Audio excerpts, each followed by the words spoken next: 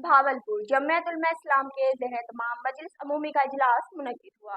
इजलास से नायब अमीर JUI पंजाब मौलाना मोहम्मद सफ़ीउल्लाह और मौलाना जमाल अब्दुल्ला नासिर ने खिताब किया। मज़ीद तफसीलात जानते हैं काजी मोहम्मद इमरान भुट्टा की इस रिपोर्ट में।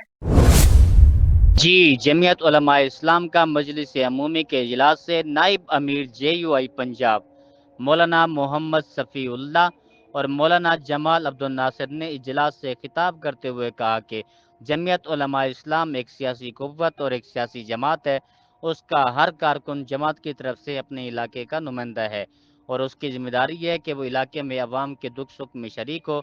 इस मौके पर मौलाना हबीबुर रहमान मदनी, मौलाना मोहम्मद मियाँ, ज़िले अमीर कारी महमूद उल हसन दोस्त, कारी मोहम्मद इकबाल, मुफ्ती मुनीर अहमद रिहान, मोहम्मद अमीर साजिद, मुफ्ती मोहम्मद अमीन और मौलाना अली हबीब व दीगर उलमाए किराम ने भरपूर शिरकत की।